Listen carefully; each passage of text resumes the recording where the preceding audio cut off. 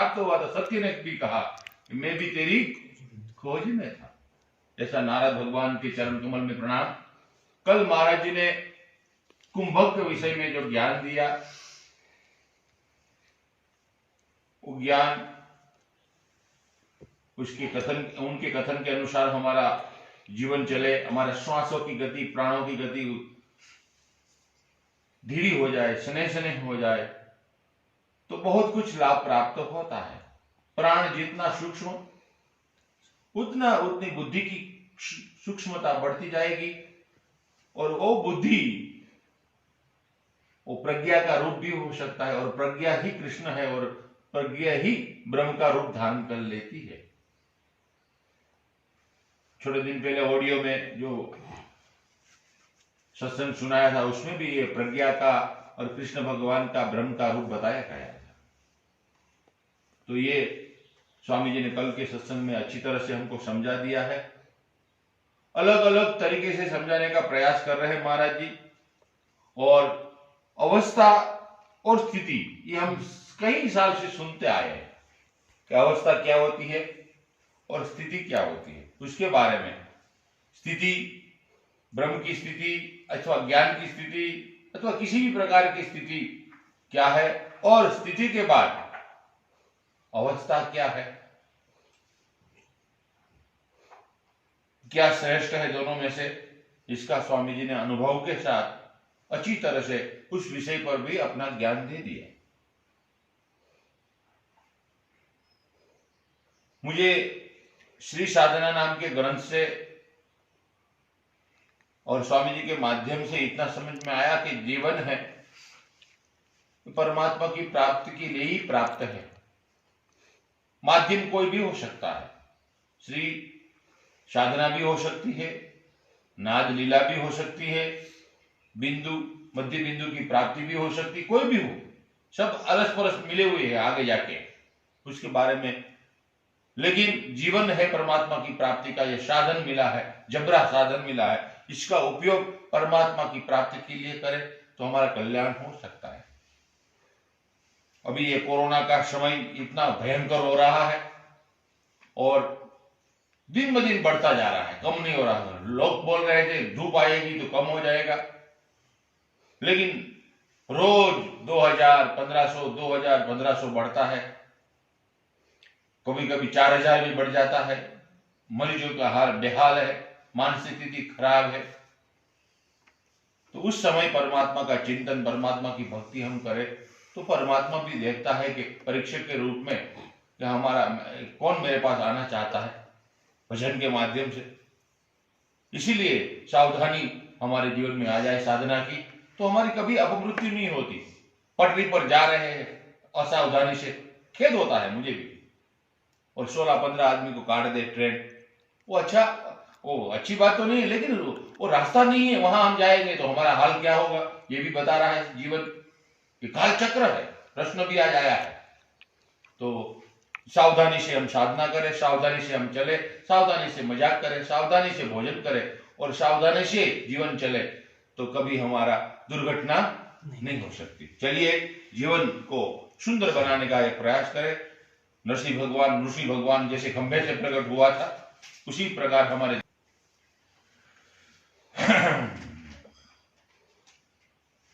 साधक पूज्य महाराज जी प्रणाम।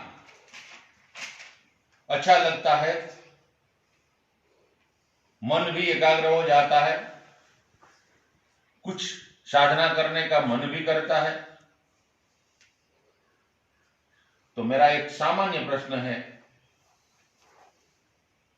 मैं साधना करता हूं, संसार में फंसा हूं, फिर भी कुछ प्रयास करता हूं कुछ पाने के लिए, तो मेरा सामान्य यह है कि साधक जीवन में या साधक में कौन सा लक्षण होना चाहिए, कृपया आपका मार्गदर्शन मुझे साधना में प्रेरित करेगा। साधक ये हमारा अलग अलग लोगों का होता है, मैंने वो लिख लेता हूं, क्या अब किसी का नाम नहीं लिखता हूं, गड़बड़ हो जाती है।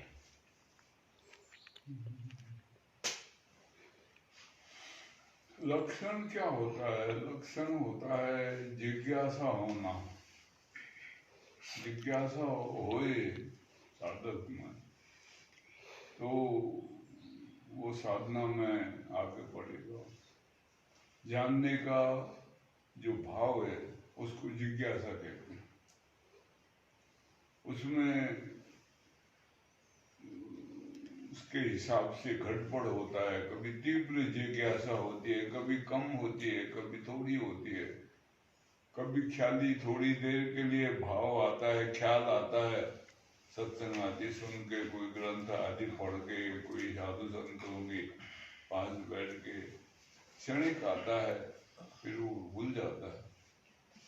तो ये जिज्ञासा उत्पन्न होए।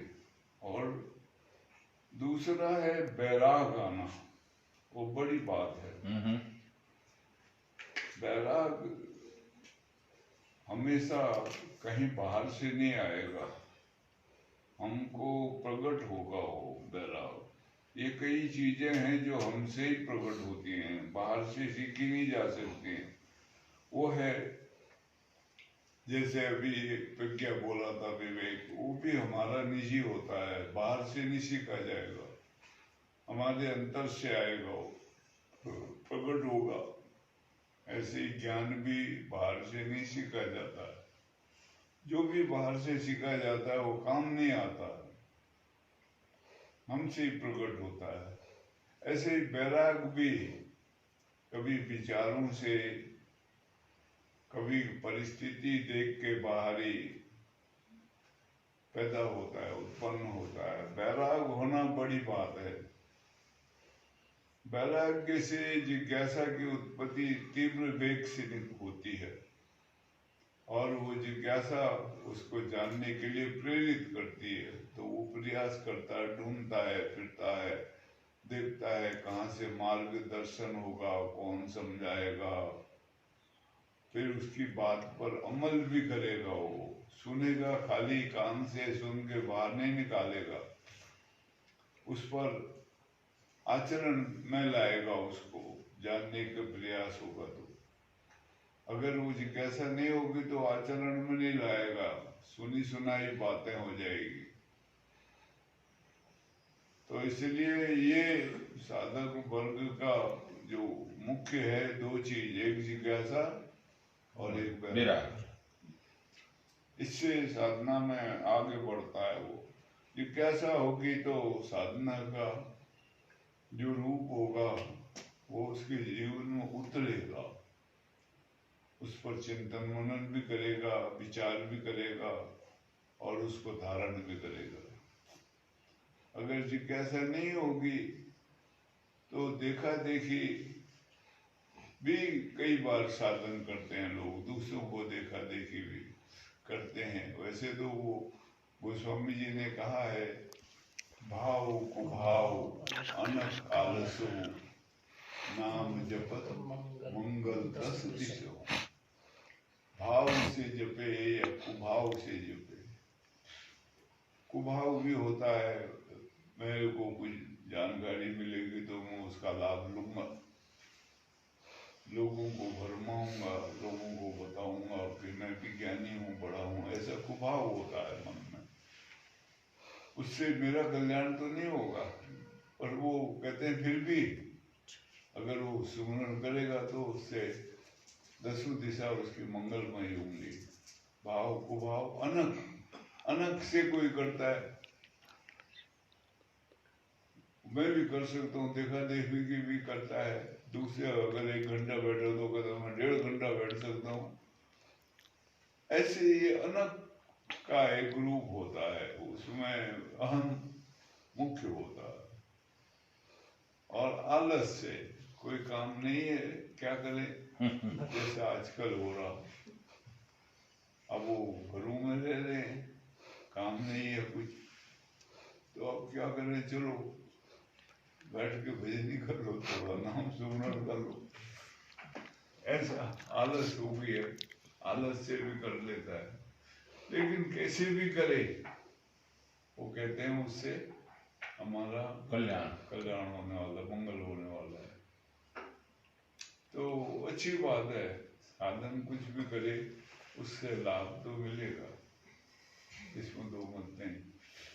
तो मन को एकाग्र करना होता है, लेकिन ये कुछ बातें हैं, दो तीन बातें जो हमसे ही संबंध रखती हैं, बाहर से नहीं।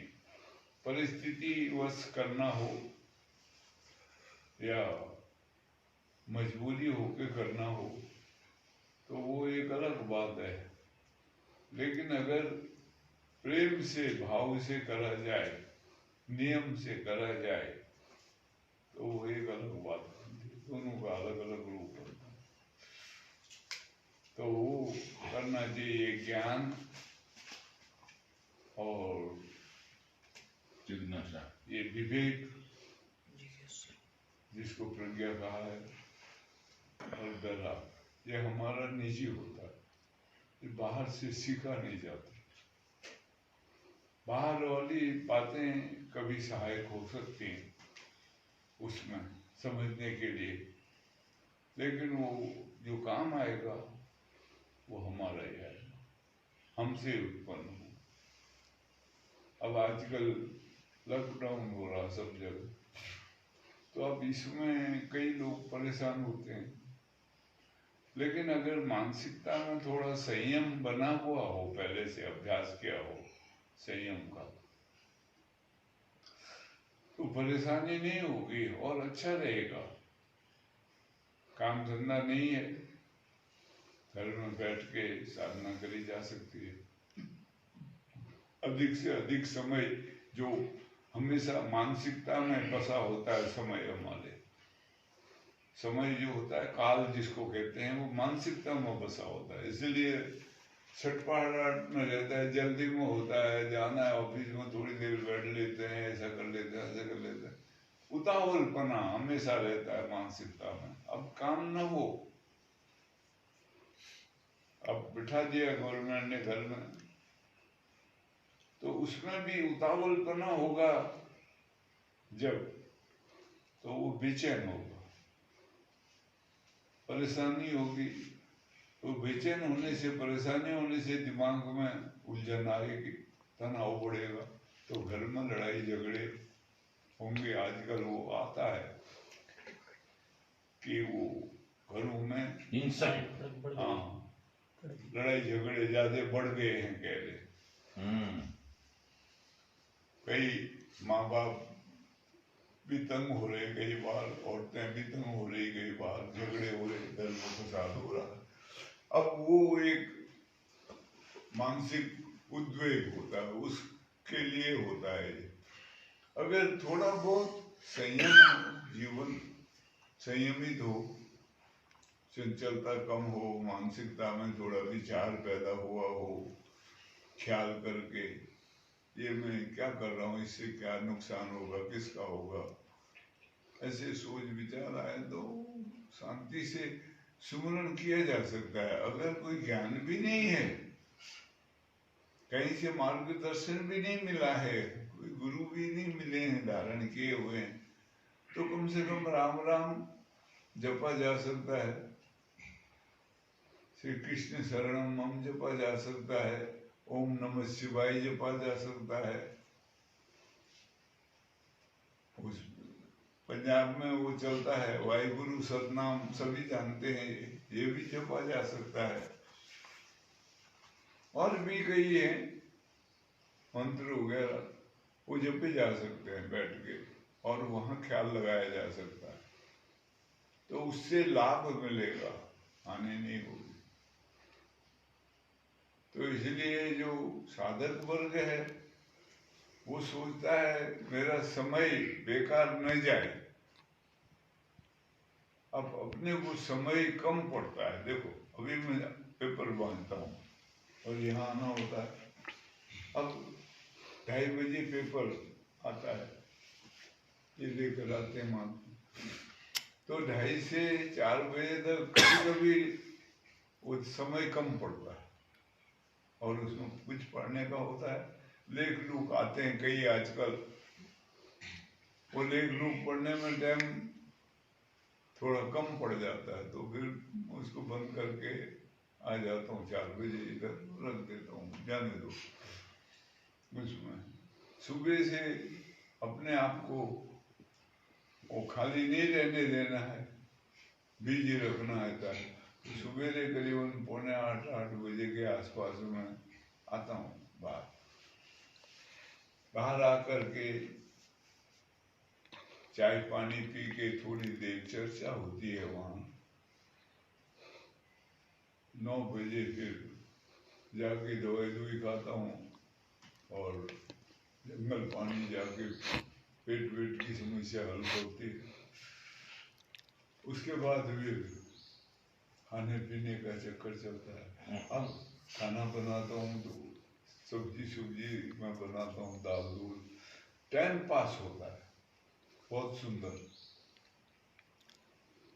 और स्मरण भी होता है, बनाते बनाते स्मरण भी होता है, उसमें लग जाता है टाइम। फिर खा पी के थोड़ी देर आराम कर लेते हैं और फिर वो पेपर बांधना, फिर सत्संग होना, फिर ये सब कार्य में होता है। तो कहाँ जाता है टाइम पता नहीं लगता, खबर कम पड़ता है, कई कार्यों के लिए कम पड़ता है। तो इस तरह से थोड़ा सा समय का सदुपयोग कर लिया जाए तो अच्छा है, नहीं तो आदमी बेजार होता है बहुत, वो फ्रस्ट्रेट होता है, जिसको अंग्रेजी में कहते हैं फ्रस्ट्रेशन होती है। नहीं तो बहुत अच्छी तरह से समय गुजर जाता है। अभी भरत है, ये ठाकुर साहब हैं, ये रहते हैं सारा दिन घर, अपना अच्छी तरह से समय गुजर जाता है।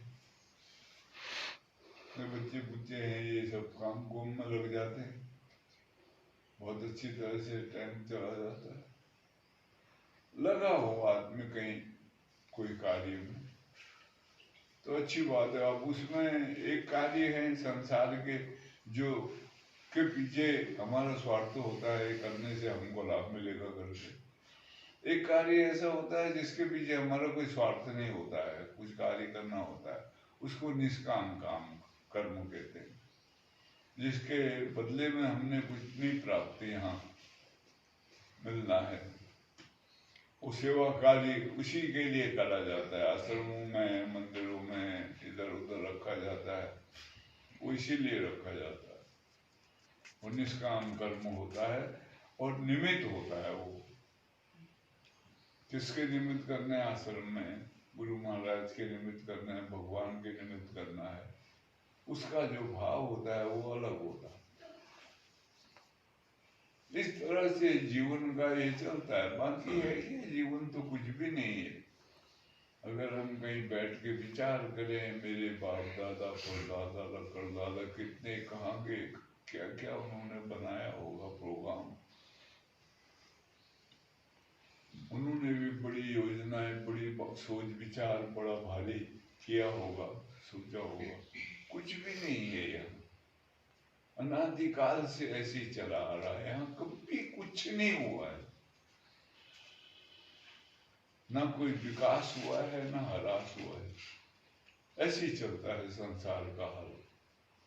सब खेल यहाँ काल का होता है, सारा साम्राज्य काल का, समय सबको खा जाता है। एक एक दिन, एक एक महीना, एक एक बरस, एक एक घंटा, एक एक मिनट सब काल के मुंह में चले जाते हैं, खा जाते हैं। अब मैं जब देखता हूँ, ख्याल करता हूँ, मेरे साथ के कितने लोग हैं, कहाँ चले गए? वो चले गए सब। क्या किया? कुछ नहीं, वैसे ही चल रही है दुनिया। उसके बाद आने वाले अपने हिसाब से जीते, सबने अपने अपने हिसाब से जीना होता है। हम लाख किसी को बोले तो ऐसा नहीं ऐसे जी, वो नहीं जिएगा, उसके हिसाब से ही जिएगा। तो तो यहाँ सबका अपना अपना हिसाब किताब है, अपने अपने हिसाब से सब चल रहे होते हैं। इसलिए कभी कभार किसी के अंदर में ऐसे भाव आते हैं कि क्या है संसार का वास्तविक सत्य, क्या है यहाँ, तात्पर्य क्या है, जन्म लेने का क्या मतलब है। तब वो फिर ये खोज करता है। ये खोज एक अंधेरी में जाने की जैसी खोज है। शुरू में कुछ पता नहीं लगता है, अंधेरे में हाथ पैर मारने जैसी खोज होती है। लेकिन धीरे धीरे आगे चल के अगर विवेक जागृत होने लग जाए हमारा, फिर तो बड़ा ही कुछ समझ आता है।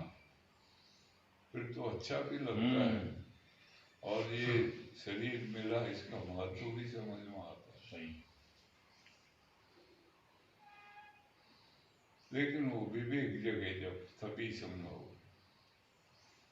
और विवेक हमसे जगेगा, कहीं से आएगा नहीं। हो उसके अनुसार सबका अपना अपना दृष्टिकोण होता है जीने का, और वही हमारे काम आने वाला है। अगर मैं को मालूम नहीं है तो मैं किसी महापुरुष के पास गया, उन्होंने मेरे को मार्गदर्शन दिया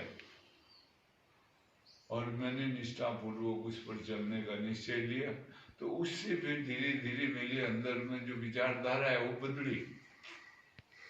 मेरा जीवन विचारधारा के अनुसार ही बदल गया। जो जीवन का ध्येय था, संसार का लक्ष्य था, वो नहीं रहा। अब थोड़ा बदल गया उससे, तो उसके लिए जीने लगा। जब उसके लिए जीने लगा तो जीवन का सारा कारोबार बदल गया। अब झूठ बोलना है, किसके लिए बोलना है, क्या चाहिए, कोई सब्जेक्ट नहीं, कोई विषय नहीं ऐसा जिसके लिए झूठ बोला जाए। कोई कमाना हो, दबाना हो, कुछ को ठगना हो, तब तो झूठ भी बोला जाए।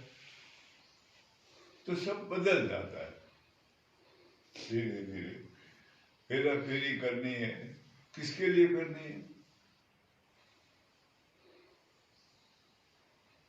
तो ऐसा सब बदलता धीरे धीरे। जीवन अपना साफ शुद्ध दर्पण की तरह हो जाता है, पर वो लक्ष्य को बना के रखना पड़ता है, तभी है। और उसी से मानसिकता की जो चंचलता है वो दूर होती है। तो ये साधक के जो लक्षण है वो ये मुख्य तो जिज्ञासा होनी चाहिए, उसमें जानने की तीव्र इच्छा को जिज्ञासा कहते हैं। जानना ही है क्या है रहस्य वो, और दूसरा उसके लिए वैराग आना चाहिए। उत्पत्ति होगी, वैराग नहीं आएगा तो विवेक की जागृति नहीं होती है। गुरु बिन होई कि ज्ञान, ज्ञान की होई वैराग। गावहीं वेद पुराण, सुख की लहरी हरि भक्ति की। हरि भगवान की भक्ति के बिना सुख नहीं मिलता, ऐसा है।